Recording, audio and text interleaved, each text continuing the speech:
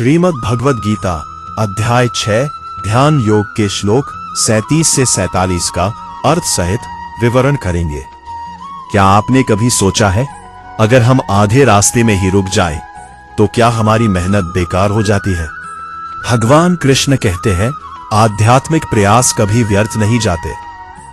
भगवान के रास्ते पर किया गया एक कदम भी कभी बेकार नहीं जाता।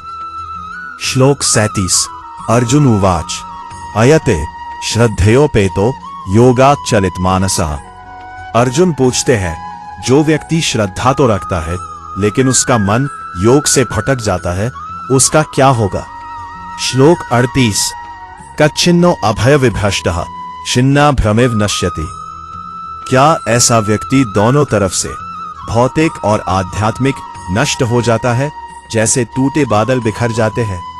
श्लोक 39 एतन में संशयम कृष्ण छेत्तुम अर्हस्य शेषतः।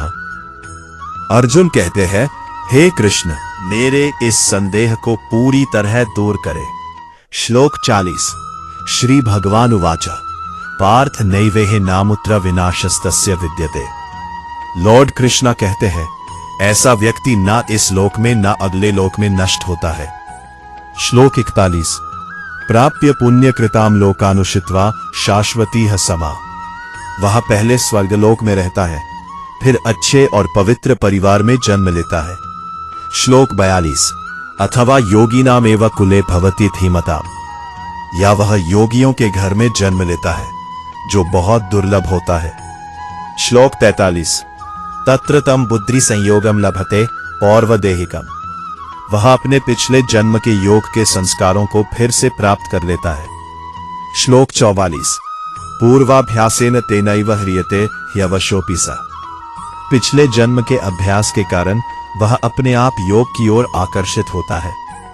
श्लोक 45 प्रयत्नाद्यतमानस्तु योगी संशुद्ध किल्बिषः।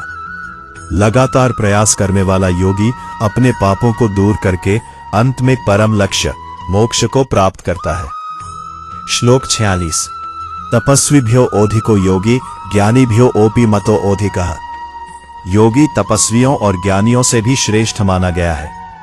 श्लोक 47 योगी नामपि सर्वेषां मद्गतेनांतरात्मना।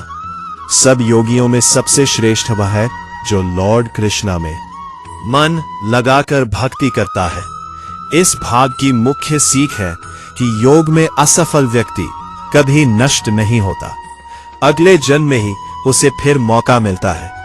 अभ्यास कभी बेकार नहीं जाता। सबसे श्रेष्ठ योगी वही है जो भगवान का भक्त है। इसलिए गीता सिखाती है, हर प्रयास मायने रखता है और सबसे श्रेष्ठ वही है जो भगवान में सच्ची भक्ति करता है। सबसे बड़ा योगी वही है जो भगवान से सच्चा प्रेम करता है।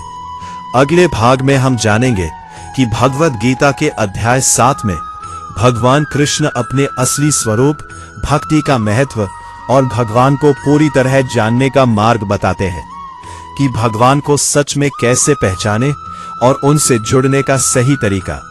जय श्री कृष्ण।